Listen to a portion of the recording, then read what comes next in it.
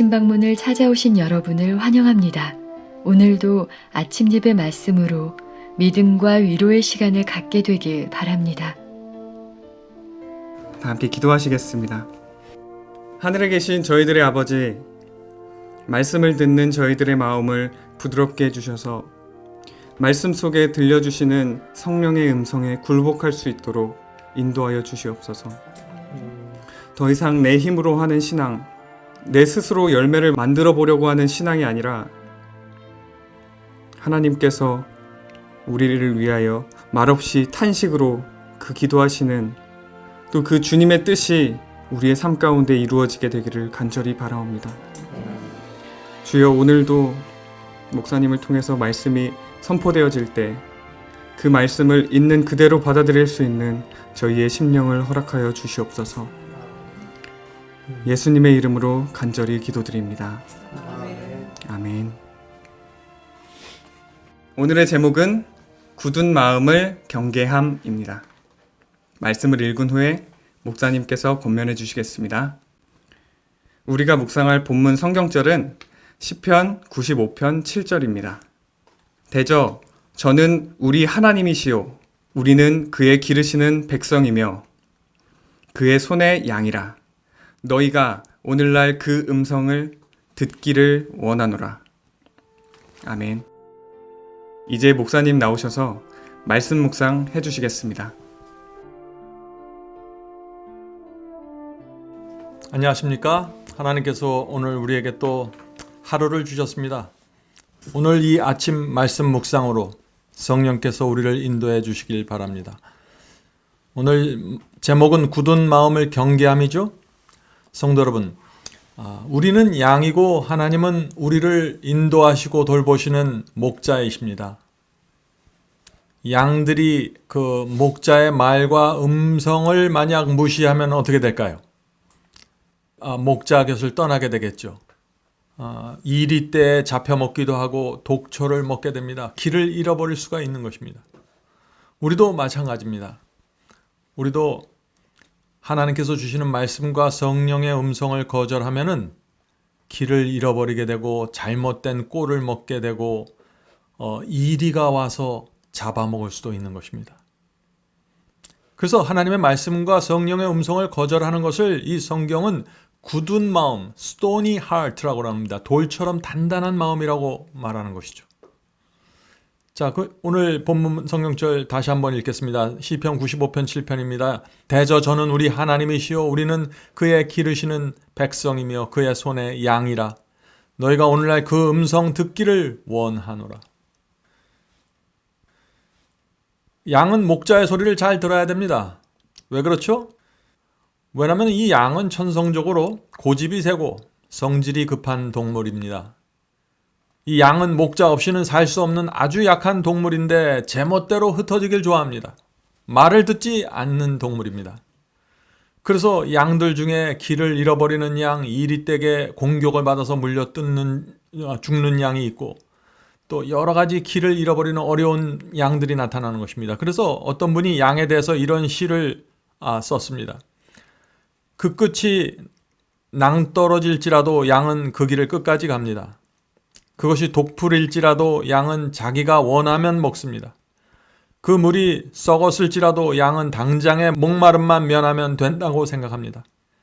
양은 자기 한 몸을 지킬 힘이 없지만 울타리 밖 세상으로 나갈 꿈을 꿉니다.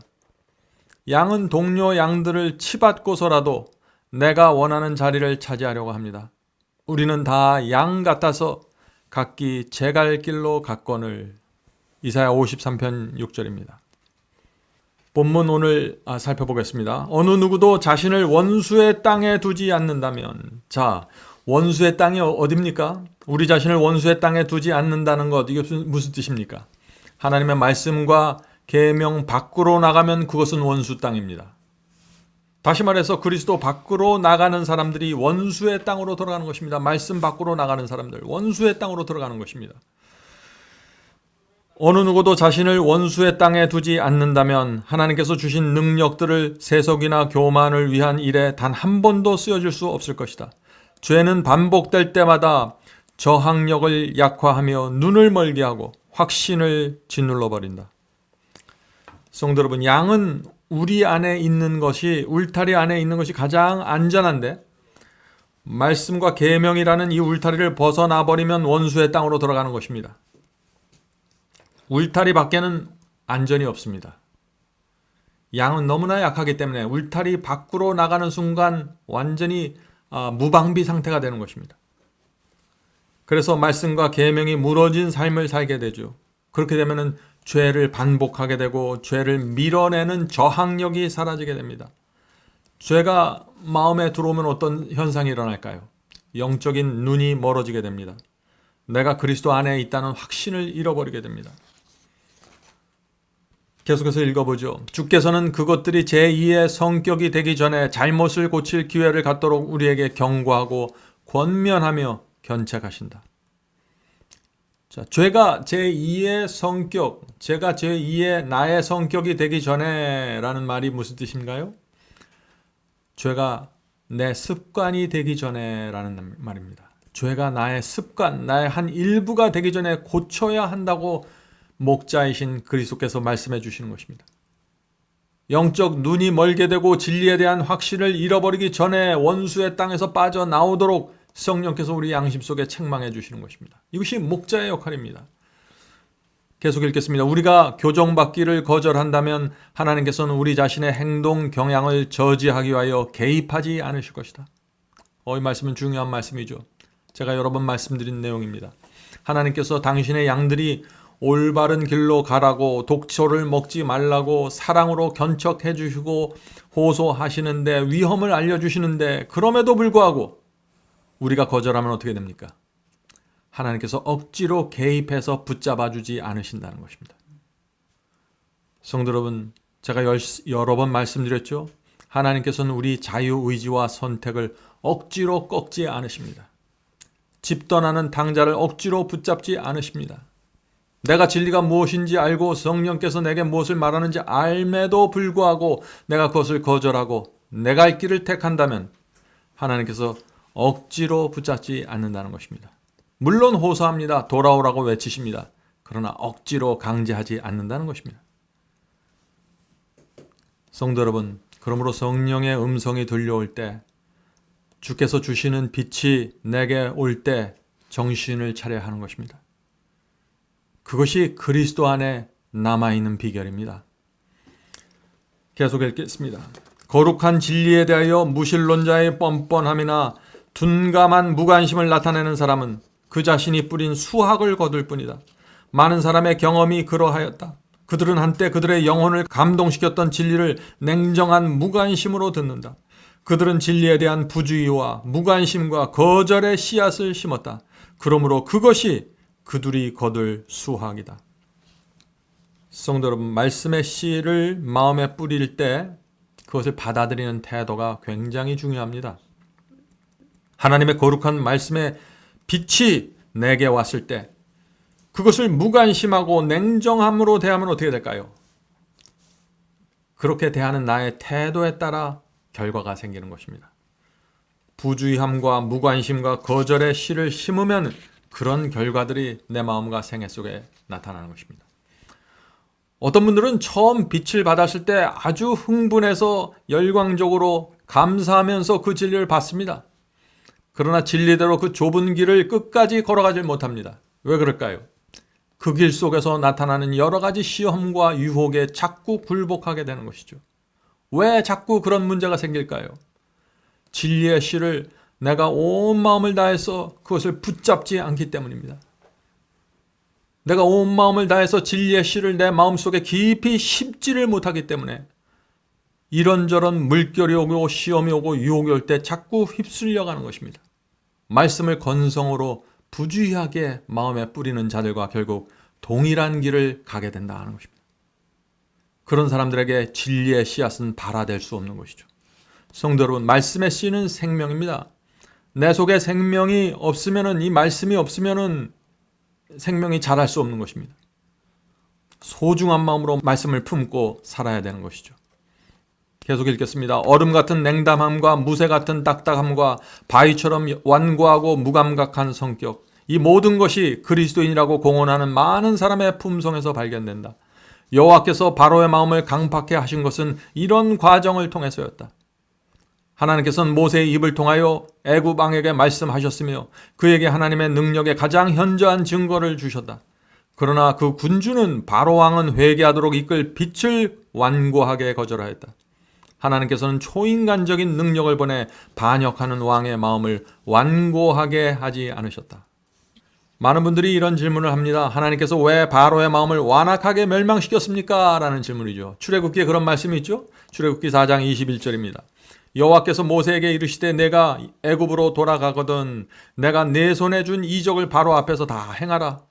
그러나 내가 그의 마음을 완악하게 하였은즉 그가 백성을 보내주지 아니하리니.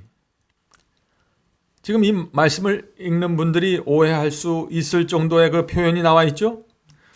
성도 여러분, 그러나 이것은 히브리식 표현이라는 것을 알아야 됩니다.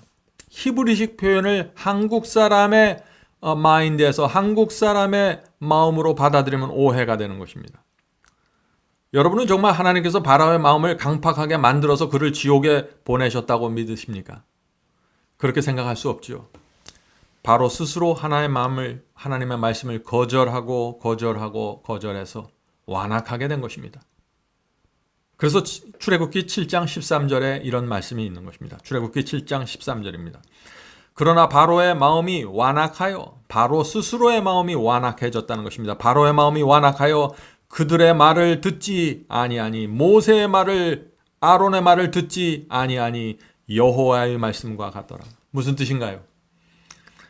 바로의 마음이 완악해서 모세의 말을 듣지 않았고 그래서 그 결과 하나님께서 말씀하신 대로 완악하게 되었다는 것입니다. 그래서 사무엘상에서도 똑같은 말씀이 반복되는 것입니다. 사무엘상 6장 6절입니다. 사무엘상 6장 6절. 애굽인과 바로가 그들의 마음을 완악하게 한 것 같이 능동형입니다. 그들 스스로 자신의 마음을 완악하게 했습니다. 완악하게 한 것 같이 어찌하여 너희가 이스라엘 백성 너희가 너희의 마음을 완악하게 하겠느냐. 분명하죠. 바로가 스스로 하나님의 말씀을 거절하고 성령의 감동을 거절해서 불순종해서 완악해진 것처럼 너희 이스라엘 백성도 스스로의 마음을 완악하게 만들었다는 것입니다. 하나님의 책임이 아니라는 것입니다. 성도 여러분, 말씀을 읽을 때 하나님의 사랑과 희생의 성품을 통해서 성경 말씀을 보셔야 합니다. 구원은 항상 우리 스스로 성령의 역사를 거절하고 말씀을 거절하고 무시함으로 생기는 결과입니다. 내가 뿌린 대로 거두는 것입니다. 하나님께서 우리를 강제로 그렇게 하시는 것이 아니에요. 강제로 지옥에 넣지도 않으시고 강제로 하늘로 데려갈 수도 없는 것입니다. 모든 것은 내가 결정하는 것입니다. 자, 이제 이어지는 본문에서 바로의 마음이 완악하게 된 이유를 정확하게 설명합니다. 그러나 바로가 진리를 거절했을 때 성령께서 거두어 주셨으며 바로는 자신이 선택한 흑암과 불신에 사로잡혔다. 성도 여러분, 흑암과 불신에 사로잡히는 패턴과 과정이 여기 분명히 나옵니다. 하나님의 진리를 거절하는 것이 첫 번째입니다.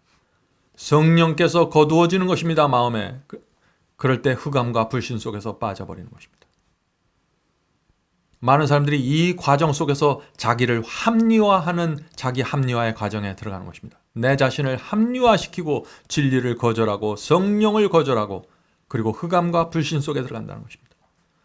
계속해서 읽어보죠. 성령의 가마를 계속 거절함으로써 사람들은 자신을 하나님과 단절시켰다. 모세가 하나님의 뜻을 바로에게 전했을 때 성령께서 바로의 마음에 역사하셨을까요? 당연합니다. 강력하게 역사하셨습니다. 이스라엘 백성이 떠날 수 있도록 협조하라고 역사하셨습니다. 그러나 이 바로는 성령의 감동을 거절했습니다. 그래서 결국 10장을 모두 받을 때까지 그 10개의 재앙을 모두 통과하면서 계속해서 하나님의 말씀을 거절했고 계속해서 성령의 음성을 거절했던 것입니다. 그래서 그 마음이 성령께서 더 이상 역사할 수 없을 정도로 강팍하게 된 것입니다. 우리 인간도 마찬가지입니다. 우리의 인간의 마음이 완악하게 되는 것도 이 패턴과 과정에 의해서 이루어지는 것이다. 무서운 일입니다. 성도 여러분, 성경의 말씀이 제시될 때 그것을 하나님의 말씀으로 받아들여야 됩니다. 성령께서 내 마음을 감동시킬 때 그것을 하나님의 감동하심으로 받아들여야 되는 것입니다. 만일 우리가 그것을 받지 않으면 어떻게 돼요? 마음이 완악해지는 것입니다. 그래서 하나님과 분리되는 것입니다. 계속해서 읽겠습니다. 하나님께서는 그들의 마음을 비춰줄 유력한 도구를 더 이상 비추게 두고 계시지 않는다. 이 말씀이 무슨 뜻입니까? 하나님의 말씀을 전달한 모세의 말을 거절했고 또 그와 함께 성령의 음성을 거절한 이상 하나님께서 바로를 더 이상 도와줄 수 있는 수단이 없다는 것입니다. 말씀을 거절하고 성령을 거절하면 더 이상 수단이 없다는 것입니다. 계속해서 읽어보죠. 그분의 뜻에 대한 계시는 불신 속에 있는 그들에게 도달할 수 없다. 성도 여러분, 하나님의 말씀을 믿지 않고 불신하면 하나님의 뜻은 우리에게 전달해질 수 없다는 것입니다. 하나님께서는 지금도 사람을 통해서 말씀을 주십니다. 사람을 통해서 예언을 가르쳐 주십니다. 어떤 때는 책을 통해서 빛을 주십니다. 옛날 모세를 통해서 하나님의 뜻이 바로와 이스라엘 애굽 백성에게 전달된 것처럼 지금도 사람을 통해서 하나님의 뜻과 계시가 전달된다는 것입니다. 그러나 그때 우리가 어떻게 그것을 받아들이는지가 중요한 것입니다. 우리가 어떻게 해야 될까요? 무조건 받아들이면 안 되겠죠. 성경 말씀과 비교해보고 그것이 진리가 확증이 되면은 겸손하게 무릎 꿇고 받아야 되는 것입니다. 소중하게 받아야 됩니다. 받지 않으면 마음이 완악하게 돼서 그 마음에 뿌려진 씨앗이 흘러 떠내려가게 되는 것입니다. 그렇게 될 때 하나님의 뜻과 분리되는 것이죠. 이것이 바로에게 일어났던 문제입니다. 자, 이제 마지막 말씀 읽고 마치겠습니다. 불굴의 원칙이 예수님의 발 아래에 앉아 그분에게 배우는 자들의 행로의 특징이 될 것이다. 성도 여러분, 말씀과 진리의 빛을 받을 때 어디 앞에 앉아야 돼요? 우리가 예수님의 발 아래에 앉아서 배우고자 해야 됩니다. 내가 반드시 이 빛을 받고 경험해야 한다는 간절함과 매달림이 있어야 되는 것입니다. 성도 여러분, 오늘 아침에도 하나님께서 우리에게 놀라운 빛을 주셨습니다. 말씀을 통해서 주셨고 우리가 이 말씀을 상고한 동안 성령께서 우리에게 역사하셨습니다. 오늘 우리가 이 하나님의 말씀과 성령의 역사를 우리가 어떻게 받으시겠습니까? 말씀을 소중히 우리 마음에 담게 되길 제가 간절히 바랍니다. 풍성한 열매를 성령께서 맺게 도와주실 것입니다. 하나님께서 오늘도 우리 발길을 인도해 주시고 빛으로 역사해 주실 것입니다. 하늘에 계신 저희들의 아버지, 저에게 늘 말씀을 허락해 주시고 빛을 주셔서 감사합니다. 어둠 속에서 불신 속에서 살던 저희가 하나님께서 보내주시는 그 빛을 붙잡고 오늘 이 자리까지 오게 되었습니다. 하늘에 계신 아버지, 저희 지난 생애 동안 하나님께서 저희를 인도해 주신 그 역사를 저희가 잊지 않도록 도와주시고 남은 생에도 주께서 저희를 인도해 주시옵소서. 하늘에 계신 아버지, 오늘 읽은 말씀처럼 바로와 같은 생애가 되지 않도록 도와주시옵소서. 하늘의 빛과 말씀이 내려올 때 그리스도 예수 앞에 무릎 꿇고 앉아서 그것을 받을 수 있는 하나님의 양들이 되게 도와주시옵소서. 오늘 하루도 저희와 함께 하여 주시고 특별히 몸과 마음의 아픔이 있는 성도들에게 함께 하여 주시고 경제적인 고통 속에 있는 부모들, 또 자녀 때문에 고통당하는 아버지들 주께서 기억하시고 인도해 주시옵소서. 예수님의 이름으로 간절하게 기도드립니다. 아멘.